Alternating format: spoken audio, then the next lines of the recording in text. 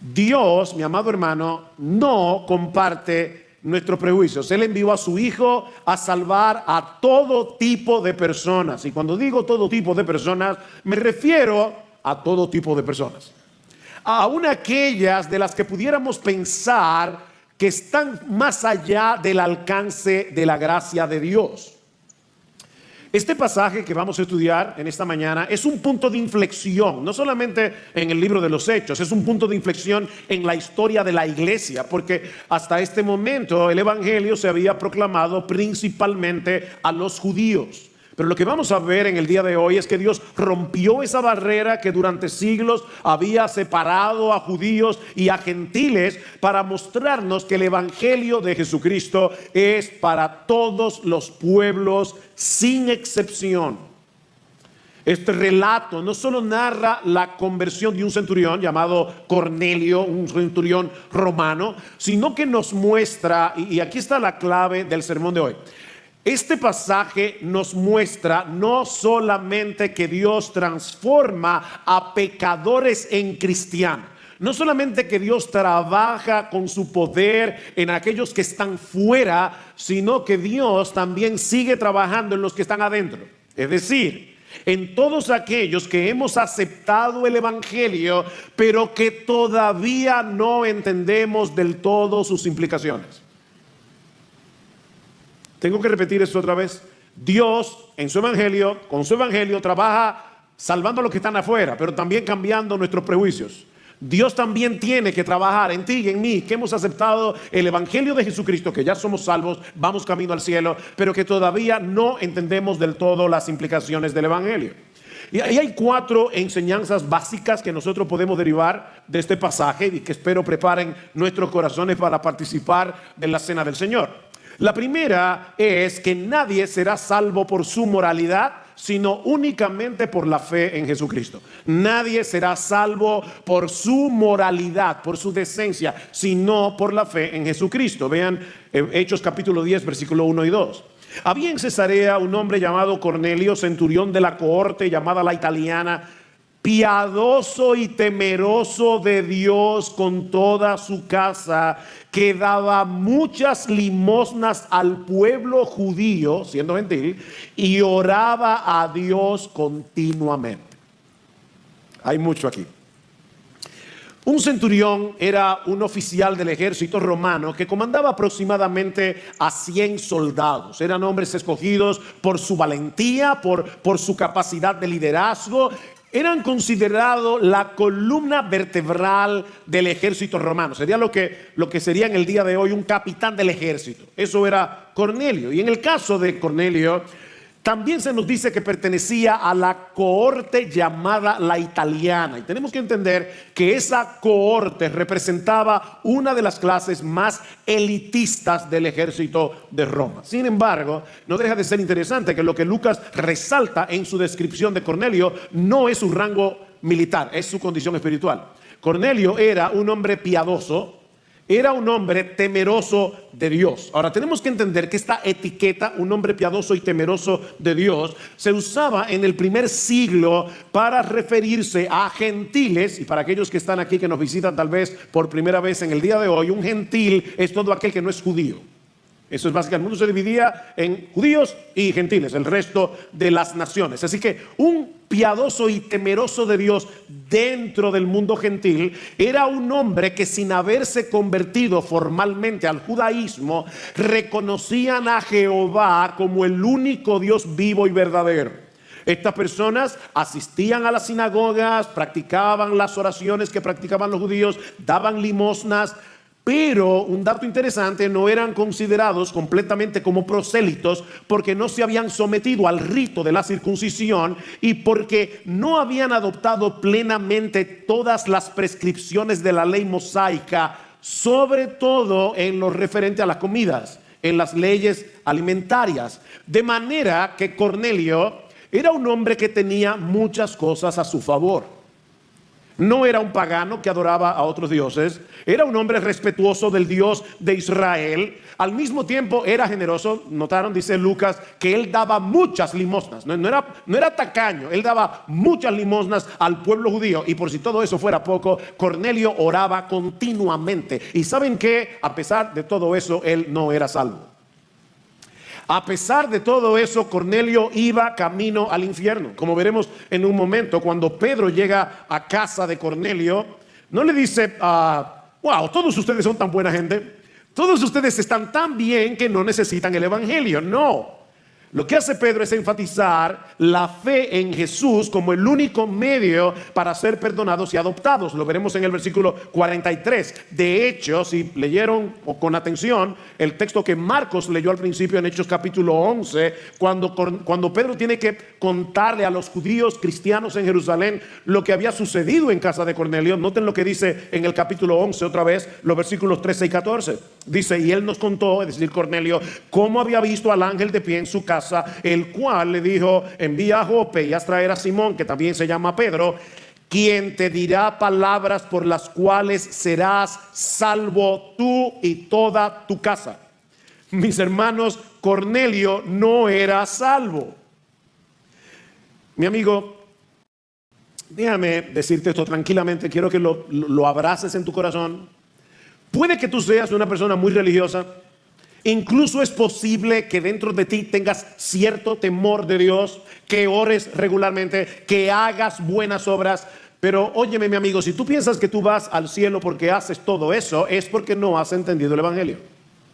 Tú no has entendido el evangelio. Solo hay una puerta de entrada a la vida eterna, una sola puerta, y es venir a Cristo en arrepentimiento y fe, reconociendo, escúchame mi amigo, reconociendo que tú no tienes mérito alguno para alcanzar el favor de Dios. La Escritura dice claramente, por gracia sois salvos por medio de la fe, y esto no de vosotros, es un regalo de Dios y no es por obras para que nadie se gloríe. Mi amigo, tienes que arrepentirte de todos tus pecados, incluyendo el hecho de confiar en tu moral, el hecho de confiar en tu decencia, el hecho de confiar en tus buenas obras para llegar al cielo. Hasta de eso tienes que arrepentirte. Dice en Isaías capítulo 64 versículo 6 que todas nuestras obras de justicia son como un trapo de inmundicia delante de un Dios 3 veces santo. Trapo de inmundicia.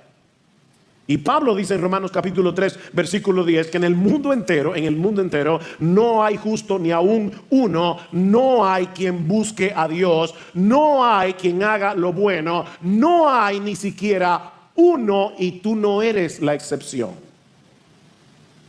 De paso, miembros de IBCJ, esa es la razón por la que debemos seguir evangelizando y enviando misioneros al mundo. Tenemos que seguir evangelizando. No tenemos más opción que seguir proclamando el evangelio. Y la razón es porque nadie, absolutamente nadie, será salvo a menos que deje de confiar en su propia justicia, en su religiosidad, y confíe únicamente en Cristo. Dice Pedro en Hechos 4:12, en ningún otro hay salvación, en ningún otro hay salvación. No hay salvación en Mahoma, no hay salvación en ninguno de los dioses hindúes. No, por más sinceros que sean los adoradores de otra religión en el mundo entero, nadie se va a salvar si no es por medio de Jesucristo. En ningún otro hay salvación, porque no hay otro nombre bajo el cielo dado a los hombres en el cual podamos ser salvos, únicamente en el nombre de Jesús. Pero ¿sabes qué, mi amado hermano? Nadie va a confiar en Cristo a menos que se le predique el evangelio. ¿Cómo irán sin haber quien les predique? Pero este relato nos enseña también, y esto es una nota muy alentadora, que Dios prepara los corazones de los suyos antes de que tú llegues a predicarle. Este pasaje también nos enseña que Dios se encarga de ir preparando los corazones de los suyos, de lo que Él quiere alcanzar con el mensaje del evangelio, antes de que tú llegues a predicarles. Vean el versículo 3. Como a la hora novena del día, que era la hora en la que oraban los judíos, vio claramente Cornelio en una visión a un ángel de Dios que entraba a donde él estaba y le decía: Cornelio. Mirándolo fijamente y atemorizado, Cornelio dijo: ¿qué quieres, Señor? Y él le dijo: tus oraciones y limosnas han ascendido como en memorial delante de Dios. Despacha ahora a algunos hombres a Jope, manda a traer a un hombre llamado Simón, que también se llama Pedro. Este se hospeda con un curtidor llamado Simón, cuya casa está junto al mar. Y después que el ángel que le hablaba se había ido, Cornelio llamó a 2 de los criados y a un soldado piadoso, otro temeroso de Dios, de los que constantemente le servían, y después de explicarles todo, los envió a Jope. Una vez más, hermanos, esto es sumamente alentador, porque nos recuerda que Dios va delante de ti y delante de mí cuando vamos a predicar el evangelio. O sea, Él no solo prepara las oportunidades para que prediquemos a Cristo, Él también prepara los corazones de aquellos a los que Dios ya quiere alcanzar. Tú no lo sabes, yo no lo sé, pero ya Dios está obrando. Ahora, vamos a ver este pasaje con un poquito más de detenimiento. Ya Lucas nos había dicho, ¿verdad?, que Cornelio era un hombre que oraba constantemente, dice en el versículo 2. Y ahora vemos que Dios respondió la oración de Cornelio a través de un ángel. Y ya yo me imagino a algunos de ustedes preguntándose cómo puede ser esto posible. Porque dice en Juan capítulo 9, versículo 31, que Dios no escucha a los pecadores. ¿Qué pasó aquí? Cornelio no había escuchado el evangelio. Cornelio no había creído en Cristo. Pero ¿saben qué? Dios escuchó su oración. ¿Cómo puede ser eso? Bueno, antes de responder esta pregunta, y es una pregunta muy importante, debemos recordar el texto que acabamos de leer en Romanos. Romanos 3. Pablo dice que en todo el mundo no hay una sola persona que ande buscando a Dios. Mis hermanos, una de las cosas más importantes que podemos hacer, en una de las preguntas que hubo en el tiempo de preguntas y respuestas, es cómo leer la Biblia. Es que la Biblia se interpreta mejor leyéndola a la luz de la misma Biblia. O sea, la Biblia es el mejor comentario de la Biblia. Aquí Lucas está narrando una historia, pero no nos está dando el trasfondo teológico de la historia. Nos está narrando una historia. Ahora, en Romanos, nosotros vemos que en el mundo entero no hay una sola persona que esté buscando a Dios.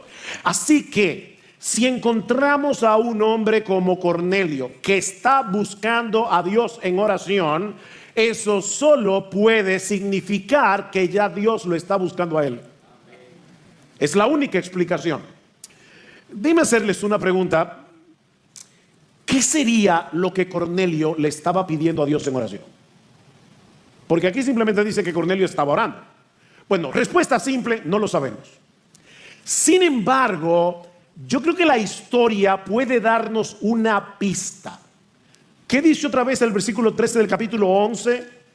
Y él nos contó cómo había visto al ángel de pie en su casa, el cual le dijo: envía a Jope y haz traer a Simón, que también se llama Pedro, quien te dirá palabras por las cuales serás salvo tú y toda tu casa.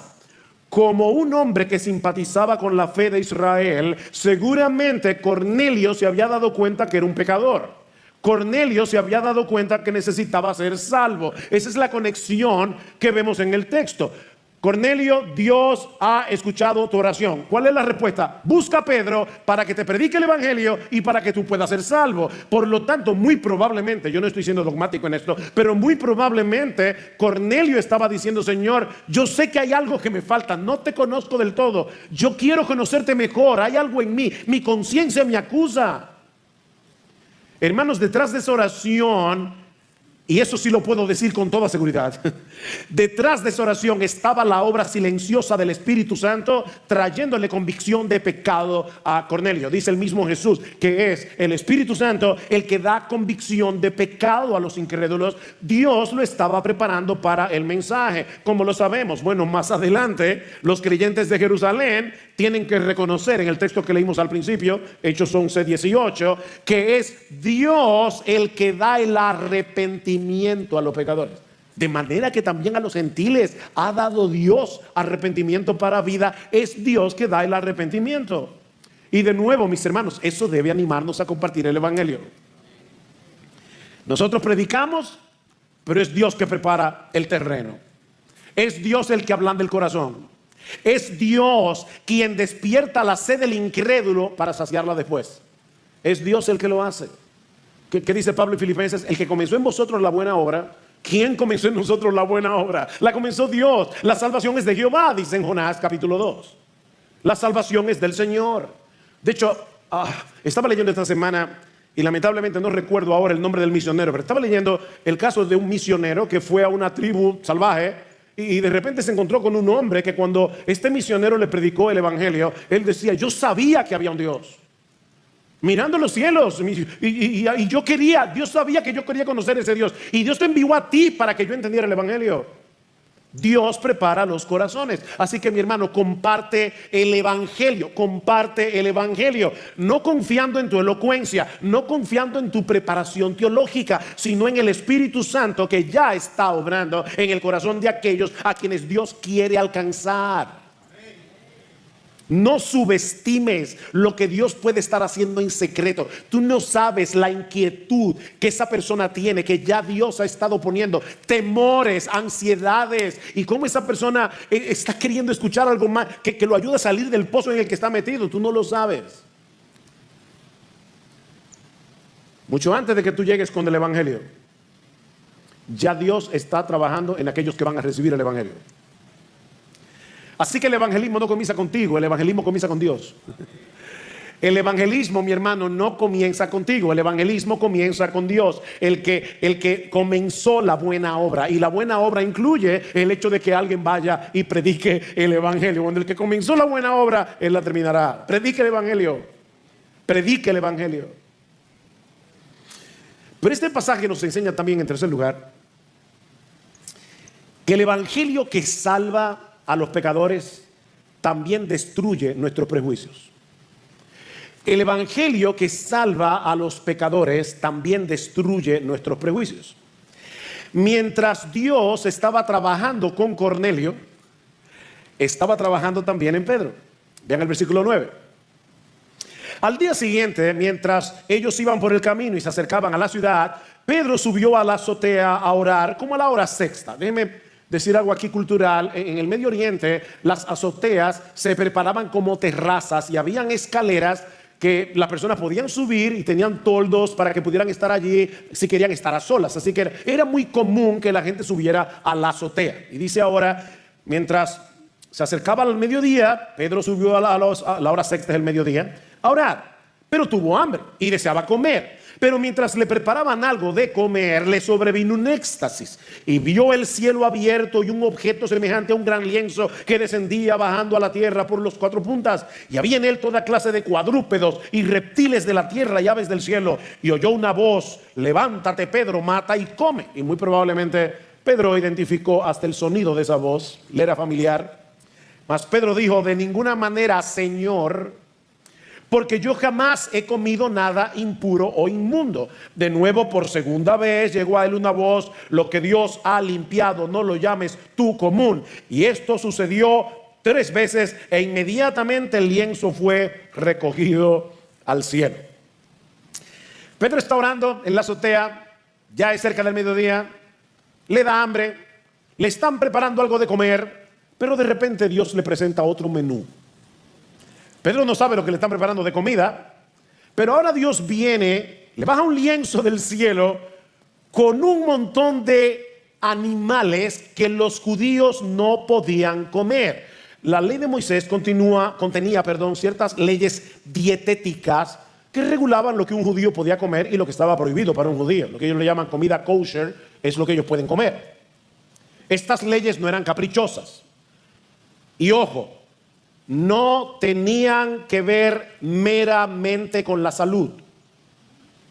No eran leyes caprichosas, no tenían que ver meramente con la salud. Estas leyes tenían un propósito teológico, y esto es muy importante porque en el día de hoy hay muchas sectas que quieren mantener las leyes dietéticas del Antiguo Testamento, y aún lamentablemente evangélicos en iglesias en las cuales el judaísmo está penetrando fuertemente. Así que esto es muy relevante para nosotros en el día de hoy. ¿Cuál era el propósito teológico de estas leyes? Incluyendo leyes como que los judíos no podían ponerse una ropa con 2 tipos de hilos diferentes. Así que si tú quieres seguir las leyes del Antiguo Testamento, tú no puedes usar algodón y poliéster. Porque si vas a coger una, tienes que coger la otra. Pero todas esas leyes fueron abrogadas, como veremos en un momento. ¿Cuál era, repito, el propósito teológico de estas leyes? Mostrar que el pueblo de Israel era distinto a todas las naciones de la tierra. Ellos eran un pueblo que fue santificado, que fue apartado para el Señor. Un pueblo, el único pueblo con el que Dios en el antiguo pacto entró en una relación especial. Escuchen, mis hermanos, lo que dice en Levítico capítulo 20, versículo 24. Yo, Jehová vuestro Dios, os he apartado de los pueblos. Por tanto, vosotros haréis diferencia entre animal limpio e inmundo. Habéis pues de serme santos, porque yo, Jehová, soy santo, y os he apartado de todos los pueblos para que sean uno. ¿Ustedes ven la conexión? Yo los he apartado y por eso no coman cosas inmundas. Ese es el propósito teológico de esta ley. Esa dieta era una señal visible de que Dios había apartado a Israel como su pueblo especial, para que lo representara en un mundo en tinieblas. Hermanos, a veces la iglesia cree que mientras más se parezca al mundo, será más fácil alcanzar al mundo. No, mis hermanos. Un barco puede navegar encima del océano, pero si deja que el océano se meta en el barco, se va a hundir. No, nosotros somos distintos, no en este tipo de cosas, pero somos diferentes. Y la única manera en que nosotros vamos a ser sal y luz de este mundo es siendo lo que somos, un pueblo apartado para Dios. Somos diferentes. Pero en el antiguo pacto, aún lo que ellos comían o no comían, tenía que dejar ver esa diferencia. Lamentablemente, con el tiempo, los israelitas olvidaron la misión que Dios les dio. De modo que estas leyes se convirtieron en un motivo de orgullo y desprecio hacia los demás. Israel olvidó que la razón por la cual Dios los había escogido era, como dice en el pacto abrahámico, Génesis capítulo 12, versículo 3, para que sean bendición para todas las familias de la tierra. Ellos tenían que mostrar a todas las familias de la tierra quién era el Dios de Israel. Sin embargo, ellos comenzaron a sentirse el pueblo especial y comenzaron a menospreciar a los gentiles, a tal punto que era inconcebible para un judío sentarse a la mesa en casa de un gentil. ¿Por qué? Bueno, porque probablemente le ponían por delante un cerdito y ellos no podían comer cerdo. Mi hermano amado, come el jamón que tú quieras. Pero en este tiempo, en el antiguo pacto, los judíos pensaban, yo no puedo ir a comer a casa de un gentil. Fíjense lo que dice el capítulo 11, otra vez, tengo que hacer mención de este capítulo. Dice, cuando Pedro, versículo 2, subió a Jerusalén, los que eran de la circuncisión le reprocharon, diciendo, tú entraste en casa de incircuncisos y comiste con ellos. Ese era el problema. Comiste con ellos. Así que cuando Dios baja el lienzo, la visión a Pedro, Pedro reacciona, versículo 14. Mas Pedro dijo, de ninguna manera, Señor. De paso, mira, en una misma oración, no pueden estar juntas estas dos palabras. No, Señor. No. Lo que Dios te dice que hagas es lo que tú tienes que hacer. A Dios, si es el Señor, no se le dice que no. Me encantó leer en estos días, estoy leyendo la biografía de Elizabeth Elliot, y ella menciona mucho a Amy Carmichael. Dice que esa misionera en la India, dice que Amy Carmichael talló en la pared de su habitación, sí, Señor, lo que tú quieras, lo que tú me mandes, tu providencia, lo que tú me envíes a mi vida, sí, Señor. Donde tú quieres que yo vaya, sí, Señor. Lo que tú quieres que yo haga, sí, Señor. Es el Señor. Al Señor no se le dice que no.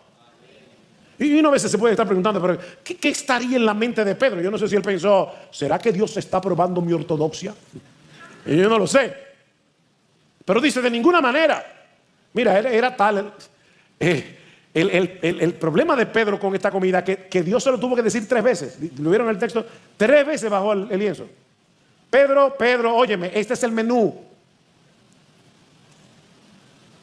Hasta que Pedro entendió que la visión no se trataba simplemente de comida, Estas leyes alimentarias fueron abrogadas porque ya en Cristo habían cumplido su cometido de diferenciar al pueblo de Dios. Ahora, mis hermanos, en el nuevo pacto, el pueblo de Dios está compuesto de todo aquel que cree en Jesús. No importa su nacionalidad. No hay que hacerse judío para ser salvo. No hay que someterse a las leyes dietéticas del Antiguo Testamento. Yo no sé si en ese momento, porque dice que Pedro reflexionaba, dice en el versículo, se me fue la página. Versículo 19 dice, mientras Pedro meditaba sobre la visión, y la idea, la palabra griega que se usa allí, da la idea de alguien que está pensando profundamente en algo. Y yo me pregunto si en ese momento Pedro recordó lo que pasó en Marcos capítulo 7, versículo 19, cuando Cristo le dijo a los fariseos, lo que contamina al hombre no es lo que le entra por la boca, es lo que le sale del corazón. Y hay una nota editorial que pone Marcos, allí dice, esto dijo haciendo limpio todos los alimentos. ¿Oíste bien, mi hermano? Haciendo limpio todos los alimentos, porque la santidad ya no se define por lo que comes o dejes de comer, sino por tu conexión con Jesús. ¿Quién es santo? Aquel que tiene una relación con Jesús. Y evidentemente esa relación con Jesús va a producir un cambio en su vida. Pero mi hermano, escucha lo que dice Pablo en 1 Corintios capítulo 10, versículo 25, de todo lo que se vende en la carnicería, compra y come sin problema de conciencia, porque del Señor es la tierra y su plenitud. Oye, de todo lo que se vende en la carnicería. Y Pablo dice en Colosenses capítulo 2 que nadie os juzgue en comida, en bebida, en días de fiesta, de esas que guardaban los judíos. Que nadie os juzgue en eso, porque todo eso era una sombra que apuntaba hacia Jesús. Llegó Jesús, esas leyes ceremoniales ya no tienen vigor. Dios ha derribado la pared que separaba a los judíos de los gentiles, dice Pablo en Efesios capítulo 2, versículo 14. Pedro necesitaba entender esta implicación del evangelio. Vean el versículo 17. Mientras Pedro estaba perplejo, pensando en lo que significaría la visión que había visto, he aquí, los hombres que habían sido enviados por Cornelio, después de haber preguntado por la casa de Simón, aparecieron a la puerta y le dijeron, Pedro, Cornelio, un centurión romano, te está mandando a llamar. ¿Y qué hace Pedro? Interesante. Pedro no solamente se decide a ir, sino que dice en el versículo 23 que los hospedó en su casa. Lo vieron allí, versículo 23, dice, entonces los invitó a entrar y los hospedó. Ya Pedro está entendiendo. Esto no es un asunto de comida. Dios me está hablando de personas. Dios me está diciendo que yo no puedo hacer ese tipo de distinción entre un ser humano y otro ser humano. Pero ¿saben qué, hermanos? Pedro, dice en el versículo 34, entendió que Dios no hace acepción de personas. La pregunta es, ¿lo entendemos tú y yo? ¿Lo entendemos realmente tú y yo? Yo creo que en nosotros ese problema se manifiesta, pero muchas veces de una forma muy sutil. Y como es tan sutil, no nos damos cuenta. Pero ¿saben qué, hermanos? Dios tiene que seguir derribando con el evangelio en nuestro corazón nuestros prejuicios. Dios tiene que seguir limpiándonos de nuestro orgullo, porque, óyeme, a veces a nosotros se nos olvida lo que éramos antes de ser creyentes. Y le predicamos a un inconverso duro de corazón, y tú te olvidas que tú también eras un endurecido en tu corazón hasta que Dios te salvó. Como dice Pablo en Romanos capítulo 3, ¿dónde está la jactancia? ¿Tú tienes algo de qué jactarte porque tú eres cristiano y el amigo tuyo al que se le predicó el evangelio en el mismo momento no se convirtió? ¿Acaso tú crees que tú eres más inteligente, que tú eres más espiritual, que tú eres mejor que tu amigo? No, Dios hizo de la misma masa vasos para honra y vasos para deshonra. No tenemos nada de qué gloriarnos. Dios tiene que seguir destruyendo nuestro racismo. Tú ves, pastor, mira ahí, si no, racista yo. Ok, déjame ponerte una prueba de fuego. ¿Sería un problema para ti que uno de tus hijos o una de tus hijas se case con alguna persona de una etnia particular muy diferente a la nuestra? Una raza, color de piel. O sea, de verdad, tú no eres racista. Tú no tienes problema con eso. Mire, mi hermano, uno de los grandes problemas que el pecado produjo en nosotros es el pensar que por alguna razón nosotros somos superiores a otros. Porque pertenecen a otra clase social. Hay tantas cosas que se pueden decir. De verdad tú no eres racista. Tenemos que pedirle al Señor que nos ayude a amar como Él ama.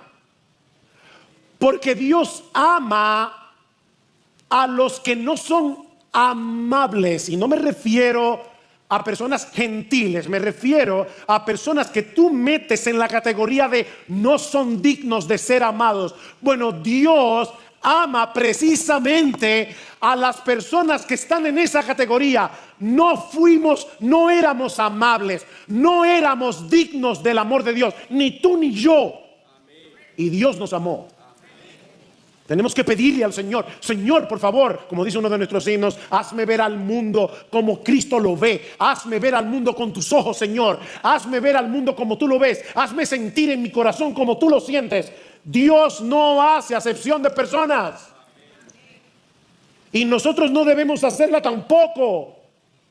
De manera que cuando llegue un rico a nuestra iglesia y llegue un pobre con ropa raída, evidentemente que se la ha puesto 10,000 veces, no podemos tratar al rico mejor que al pobre. Hermanos, eso es un pecado delante de Dios. ¿De verdad tú no tienes prejuicios? ¿No es verdad que hay personas con las que tú te comportas de una manera y hay personas con las que tú te comportas de otra? Que hay personas a quienes tú tratas mejor de lo que tratas a otras. ¿Eso no es verdad? Ven, hermanos, el evangelio no solamente tiene que salvar a los que están afuera. El evangelio tiene que cambiarnos a los que estamos aquí adentro. Cuando seas atrapado por ese sentido de superioridad que nos lleva a decir: yo no entiendo cómo es que hay gente que... Llena ahí lo que tú quieras. Tú te estás olvidando que tú eras un pecador que merecías 1000 veces el infierno y que Dios te salvó de pura gracia. O cuando pienses que hay algunos que están fuera del alcance de la gracia de Dios, mi hermano, recuerda este pasaje y pídele al Señor en oración que te libre de esos prejuicios, porque el evangelio que predicamos es para todo aquel que cree sin distinción alguna. Pero este pasaje nos enseña también, en cuarto lugar, que el Espíritu Santo obra en los pecadores a través de la proclamación del evangelio. El Espíritu Santo obra en los pecadores a través de la proclamación del evangelio de Cristo. Hermanos, ¿cómo viene el Espíritu Santo a una iglesia? Cuando comenzamos a decir: ven Espíritu, ven Espíritu, ven Espíritu. El Espíritu Santo viene, sí, tú puedes orar: Señor, ven en tu Espíritu. Pero el Espíritu Santo desciende sobre una iglesia y obra con poder. ¿Sabes cuándo? Cuando Jesús es exaltado. Porque Él vino a glorificar a Cristo, dice Juan. Así que mientras proclamamos el evangelio, mientras proclamamos a Jesús, o como decía Juan José la semana pasada, mientras somos telescopios a través de los cuales las personas pueden ver a Jesús así de grande como Él es, el Espíritu Santo viene. Porque es en ese contexto que el Espíritu Santo obra, no en otro. Versículo 24. Al otro día entró en Cesarea. Ahora ya Cornelio hospedó a estas personas, ahora se va para Cesarea. Entró en Cesarea, Cornelio los estaba esperando y había reunido a sus parientes y amigos íntimos. Qué interesante, Cornelio estaba, wow, él no sabe quién es Pedro, él no sabe de qué Pedro va a hablar, pero él sabe que es importante. Mas Pedro lo levantó, diciendo: y sucedió que cuando Pedro iba a entrar, Cornelio salió a recibirlo y postrándose a sus pies lo adoró. de verdad, con todo respeto, yo a veces me pregunto si los papas habrán leído ese pasaje. Porque supuestamente los papas son los sucesores de Pedro. Pero aquí vemos algo interesante. O sea, el primer impulso de Cornelio fue arrodillarse y adorar a Pedro. ¿Y qué hace Pedro? Mas Pedro lo levantó diciendo: ponte en pie, yo también soy hombre. Wow. Hoy día hay pastores que creen que son superestrellas. Se creen celebridades. Ellos están lejos del vulgo. Hermanos, nosotros los pastores somos cristianos comunes y corrientes a quienes Dios nos encargó un oficio. Y por supuesto que hay que respetar el oficio, pero no somos una élite espiritual. Nosotros somos cristianos comunes y corrientes, punto. Oye, Cornelio, le dice Pedro, el apóstol Pedro, yo también soy hombre. Yo no soy nada especial. Y conversando con él, entró y halló mucha gente reunida. Versículo 28. Y les dijo: ¿qué forma de comenzar un discurso? Vosotros sabéis cuán ilícito es para un judío asociarse con un extranjero o visitarlo. Yo no sé qué tenía Pedro en la cabeza, pero yo creo que es quizá la forma más ofensiva para comenzar un discurso. Pero yo no creo que Pedro estuviera queriendo ofenderlos. Yo no sé si aquí Pedro, no sé cómo evaluar esto aquí.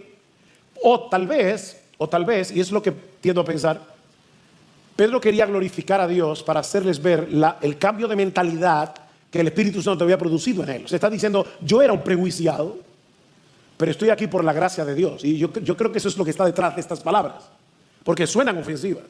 Vosotros sabéis cuán ilícito es para un judío asociarse con un extranjero o visitarlo, pero Dios me ha mostrado que a ningún hombre debo llamar impuro o inmundo. ¿Se dan cuenta? Pedro entendió que la visión no era acerca de comida solamente. Pedro entendió que era acerca de personas. No hay nadie fuera del alcance de la gracia de Dios. Nadie. En ese momento Cornelio les relata la visión que había tenido unos días antes y que era por eso que lo había mandado a llamar. Y ahora escuchen el versículo 33. Pero antes déjenme contarles una historia. Hace muchos años nos invitaron en una iglesita en Sabana de la Mar a Marcos y a mí. Éramos solteros los dos, o sea que fue hace unos cuantos años. Y vamos Marcos y yo a esta iglesita, me tocaba predicar a mí. Y cuando el pastor me pide que vaya al púlpito, eso nunca se... Hay dos cosas, le decía a Marco, que no se me olvidan de ese viaje. Una, que comimos arroz con coco, y muy bueno. Y dos, esto que les voy a narrar ahora. Cuando yo me estoy levantando para subir al púlpito, toda la iglesia se puso de pie y leyó el versículo 33. Por tanto envié por ti al instante y has hecho bien en venir. Ahora pues, todos nosotros estamos aquí presentes delante de Dios para oír todo lo que el Señor te ha mandado. Yo me quedé de una pieza.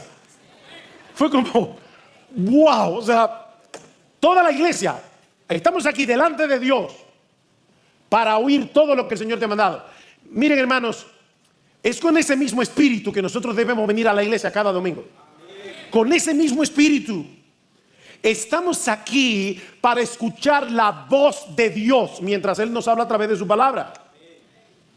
No es algo trivial lo que estamos haciendo aquí, mis hermanos. En el momento en que la palabra de Dios es predicada, este edificio común y corriente de repente se convierte en la sala de audiencias del trono de Dios.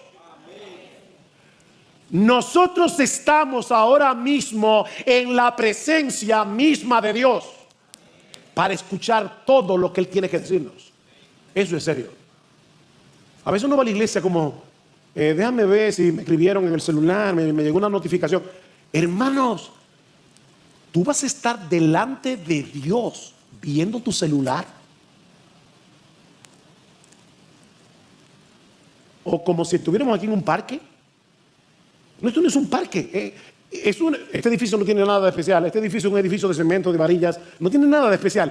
Pero cuando el pueblo de Dios se congrega en el día del Señor para escuchar la palabra del Señor, el Señor viene como ha prometido y convierte este lugar común y corriente en la sala de audiencia del trono de la gracia de Dios. Eso es impresionante. No es algo trivial lo que estamos haciendo aquí hoy. ¿Y qué hace Pedro con esta audiencia cautiva? Bueno, en primer lugar les repite lo que ya les ha dicho antes, versículo 34. Entonces Pedro, abriendo la boca, dijo: ciertamente ahora entiendo que Dios no hace acepción de personas. Ya lo entendió. Dios no hace acepción de personas. Pero inmediatamente después, lo que hace Pedro es exaltar a Jesús a través de la predicación del Evangelio. De paso, mira, si tú quieres mejorar tu forma de evangelizar, este es un buen modelo a seguir. John Piper resume el mensaje de Pedro en ocho declaraciones esenciales. Y yo se la voy a decir rápidamente. Búsquenle en sus casas. Primero, Jesús es el canal por medio del cual Dios ofrece paz al pecador. Versículo 36. Jesús es el canal por medio del cual Dios ofrece paz al pecador. El mensaje que Él envió a los hijos de Israel, predicando paz por medio de Jesucristo. Por medio de Jesucristo. ¿Qué dice Romanos capítulo 5, versículo 1? Justificados pues por la fe, tenemos paz para con Dios por medio de nuestro Señor Jesucristo. No hay manera de poder tener paz, de ser reconciliado con Dios, que no sea por medio de la persona y la obra de Jesucristo. Segundo, Jesús es el Señor de todos. Él es el soberano del universo. Versículo 36. Señor Jesucristo, que es el Señor de todos. Él es el Señor en China, Él es el Señor en Rusia, Él es el Señor en República Dominicana, Él es el Señor en donde sea. Él es el Señor. No hay otro Salvador, no hay otro medio de salvación. Él es el Señor. Él es la máxima autoridad del universo entero, nuestro Señor Jesucristo. Dios no envió un profeta ni envió un ángel poderoso para que muriera en nuestro lugar, sino al Rey de Reyes. Tercero, Dios ungió con poder y con el Espíritu Santo a Jesús durante su ministerio, versículo 38. Con ese poder, durante su ministerio terrenal, hizo el bien y venció al diablo, versículo 38. A pesar de su inocencia, fue crucificado, versículo 39. El justo murió por los injustos, pero resucitó gloriosamente al tercer día, versículo 40. Séptimo, fue constituido como juez de vivos y muertos, versículo 42. Todos compareceremos ante Él, sin excusas, sin disfraces, y lo que tú decidas hoy, óyeme bien mi amigo, lo que tú decidas hoy por Cristo será un indicativo de lo que Cristo va a decidir por ti en aquel día. Y finalmente 8, solo en Jesús hay perdón de pecado para todos los que creen. Versículo 43. De este dan testimonio todos los profetas, de que por su nombre todo el que cree en Él recibe el perdón de los pecados. ¿Se dan cuenta, hermanos? Todos los elementos esenciales del Evangelio están aquí. El mismo mensaje que predicó Pedro en Pentecostés. Porque hay un solo Evangelio. Y hay un solo Evangelio porque hay un solo Salvador. Hay un solo Salvador. Yo soy el camino, la verdad, la vida. Nadie viene al Padre sino por mí. No importa dónde tú vivas, nadie viene al Padre sino por mí. Ahora, ¿qué pasó? Bueno, mientras Pedro estaba exaltando a Jesús, el Espíritu Santo cayó sobre todos ellos. Versículo 44. Perdón. Mientras Pedro aún hablaba estas palabras, el Espíritu Santo lo interrumpió. El Espíritu Santo cayó sobre todos los que escuchaban el mensaje. Como dice Nancy Guthrie, estos nuevos creyentes gentiles experimentaron el mismo bautismo del Espíritu Santo, y si siguen leyendo se van a dar cuenta que experimentaron el mismo bautismo en agua que experimentaron los judíos. Ahora eran miembros plenos del nuevo pacto, unidos a Cristo por la fe, lo mismo que todos nosotros. Imagínense lo que fue para Pedro y sus acompañantes judíos pasar varios días hospedados en casa de estos gentiles, porque dice el texto que ellos se quedaron con ellos varios días. Comieron con ellos, les llamaban hermanos. Mi hermano, todo eso era nuevo para ellos. Era nuevo. Pedro acaba de tener un cambio monumental de forma de pensar. Esa es la belleza de la gracia de Dios. Que los que estábamos en la periferia, ahora estamos en el mero centro. Estamos en el centro, unidos a Cristo. No olvides, mi hermano, ahí estábamos tú y yo. Tú y yo estamos hoy aquí experimentando la bendición de ser salvos por la misma razón por la que Cornelio y su casa fueron alcanzados. Por causa de Cristo, dice en Gálatas 3:29, nosotros todos somos descendientes de Abraham. Nosotros todos somos herederos de la promesa. Tú y yo, mi hermano, somos herederos de Abraham. Y eso significa que somos coherederos con Jesucristo. Lamentablemente, creyentes, escuchen esto. Lamentablemente, muchas veces la iglesia cristiana ha dado la impresión de que la única forma de contrarrestar esa cultura de placer y de diversión irresponsable es negándoles a los jóvenes la oportunidad de comportarse como jóvenes. Y por supuesto, cuando un joven se enfrenta con estas dos opciones, la perspectiva del mundo y esta caricatura de la fe cristiana, la perspectiva del mundo obviamente les resulta mucho más atractiva. Bueno, en el pasaje que nosotros vamos a estudiar en esta mañana, ya casi concluyendo nuestra serie de Eclesiastés, Salomón nos presenta otra alternativa. Otra alternativa que difiere en mucho del concepto prejuiciado que muchos tienen del cristianismo. Y aunque este pasaje fue escrito principalmente para los jóvenes, hermanos todos, amigos que están aquí, no apaguen el radio, no apaguen el receptor si tú no eres joven. Porque lo que este pasaje tiene que enseñarnos en esta mañana es relevante para todos nosotros, no importa la etapa de la vida en la que nos encontremos. Podemos dividir este pasaje en 4 enseñanzas básicas que se complementan entre sí. De hecho, debemos tener mucho cuidado de no enfatizar ninguna de estas enseñanzas por encima de las demás, porque vamos a tener un cuadro desbalanceado. Lo primero que Salomón nos enseña en este pasaje es que debemos disfrutar de las cosas placenteras de esta vida, especialmente durante los años de la juventud. ¿Qué nos enseña Salomón en este pasaje? Que debemos disfrutar de las cosas legítimamente disfrutables de esta vida, especialmente durante los años de la juventud. Vean una vez más los versículos 7 y 8. Y voy a leer de la Biblia de las Américas aquí porque presenta más claramente el contraste del texto. Agradable es la luz, literalmente la luz es dulce, y bueno para los ojos ver el sol.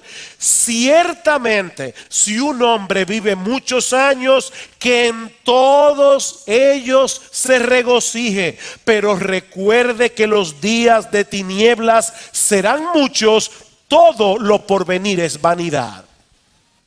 Salomón es increíblemente realista en este pasaje. Por un lado nos dice que en esta vida hay muchas cosas agradables que podemos y debemos disfrutar, como el placer de ver un nuevo día cuando sale el sol. Es dulce ver la luz cada mañana. Y más aún nos dice que si alguien tiene el privilegio de vivir muchos años, que se regocije en cada uno de ellos. Pero al mismo tiempo nos recuerda que los achaques de la vejez llegarán inevitablemente y que no siempre podremos disfrutar de los variados deleites de esta vida. Eso es una realidad. Pero es una realidad que no anula el hecho de que nuestro Dios nos ofrece un montón de cosas que son legítimamente disfrutables, en las que debemos deleitarnos con gratitud. Con gratitud. Mis hermanos, esa es una de las enseñanzas que se repiten una y otra vez a lo largo de Eclesiastés. Goza de la vida con la mujer que amas. Goza de tu trabajo. Y es algo que se encuentra en otros pasajes de las Escrituras. El apóstol Pablo nos dice en 1 Timoteo capítulo 6, versículo 17, que Dios nos da todas las cosas en abundancia. ¿Saben para qué? Para que las disfrutemos. Para que las disfrutemos. Es muy decepcionante cuando hacemos el esfuerzo de regalarle a alguien algo, pensando que será de su agrado, solo para darnos cuenta de que no le hizo caso siquiera. Y Pablo dice en ese pasaje que en toda la creación hay un montón de cosas que Dios ha puesto allí para el deleite del hombre y nos ha dado la capacidad de disfrutarlas. De hecho, vimos en un mensaje anterior que normalmente en toda persona promedio tiene de 2.000 a 8.000 papilas gustativas. ¿Para qué Dios hizo un aparato complejo, tan complejo? Para que nosotros disfrutemos comiendo. Por eso en el capítulo 9, versículo 7, Salomón dice: anda y come tu pan con gozo. No es simplemente aliméntate bien. No, come tu pan con gozo. Y bebe tu vino con alegre corazón.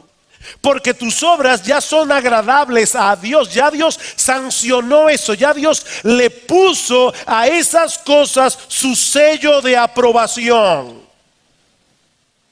Mis hermanos, no debemos dar la vida por sentado, ni dejar de disfrutar el presente, porque estamos a la espera de un tiempo más preciso, más propicio en el futuro, cuando llegue el fin de semana.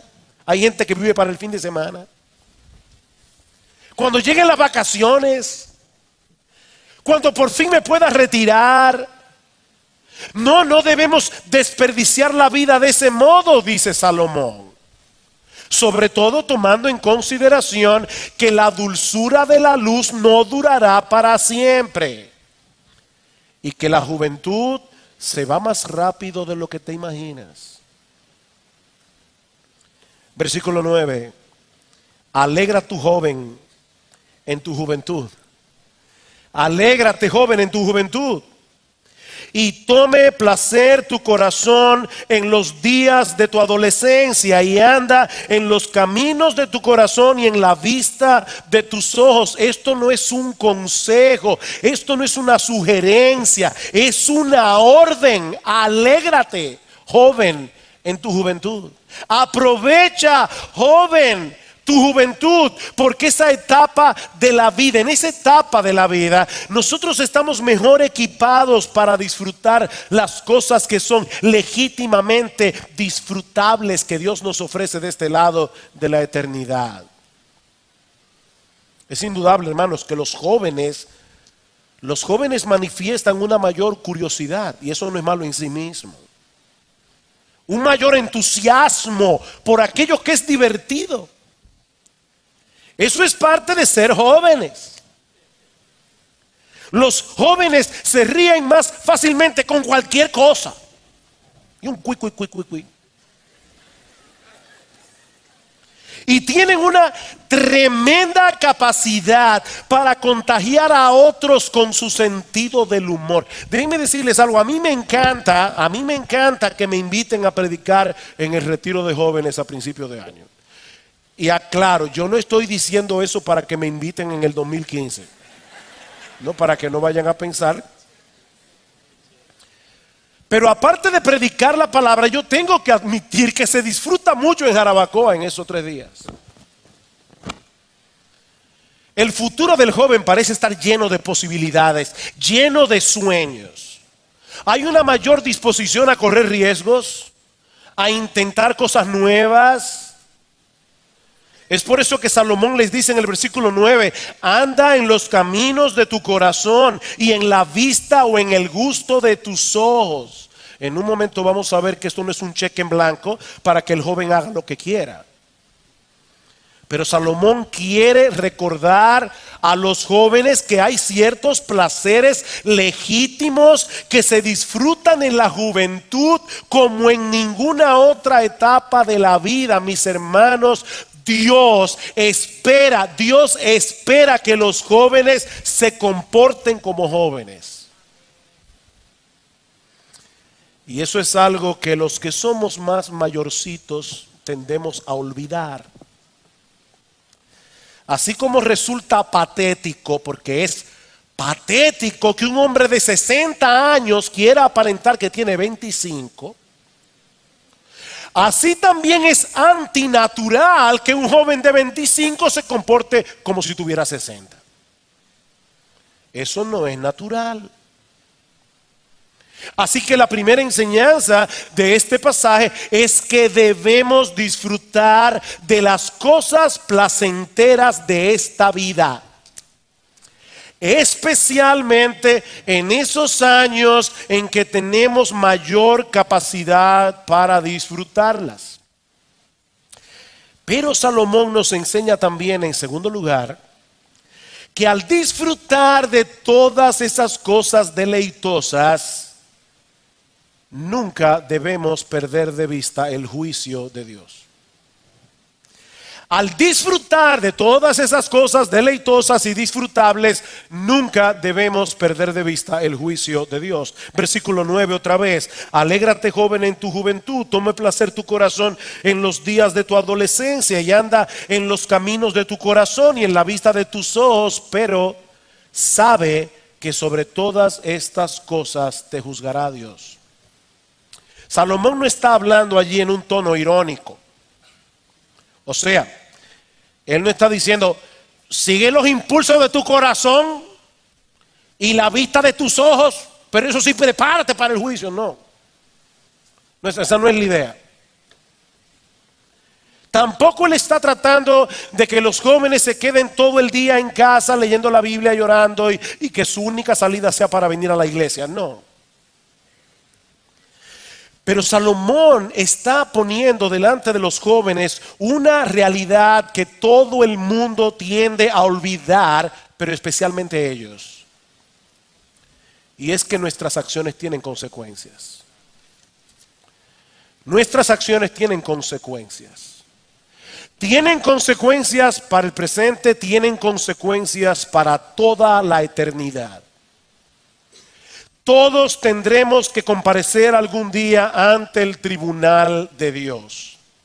Y por lo tanto es una completa necedad seguir todos los impulsos del corazón, olvidando que la historia humana concluye en un tribunal.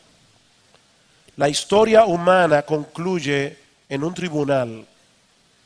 Dice en Hebreos capítulo 9, versículo 27, que está establecido para los hombres que mueran una sola vez. Mi amigo, no hay reencarnación, no hay karma. Está establecido para los hombres que mueran una sola vez y después de esto el juicio. Y en esa misma carta en Hebreos capítulo 4 versículo 13 dice que no hay cosa creada que no sea manifiesta en la presencia de Dios. Antes bien, todas las cosas están desnudas y abiertas a los ojos de aquel a quien tenemos que dar cuentas. En ese juicio Dios no va a necesitar a un fiscal acusador. No va a necesitar testigos. Porque Él conoce tu vida hasta en el más ínfimo detalle. Mi amigo, algún día habrá justicia en el mundo. Algún día habrá justicia en el mundo. Porque en el tribunal de Dios cada cual recibirá lo que justamente merece, ni más ni menos. Esa es una realidad que todos debemos considerar seriamente. Niños, jóvenes, adultos, ancianos. Pero Salomón sabe que los jóvenes enfrentan muchas tentaciones y que tienen la tendencia a vivir el momento, sin pensar seriamente en las consecuencias de sus acciones. Mis hermanos, eso es una realidad. Muchos jóvenes, no estoy hablando de todos los jóvenes, pero muchos jóvenes tienden a pensar mayormente en sí mismos. Y esperan que todos los demás organicen sus vidas de acuerdo a sus horarios, a sus gustos, a sus deseos.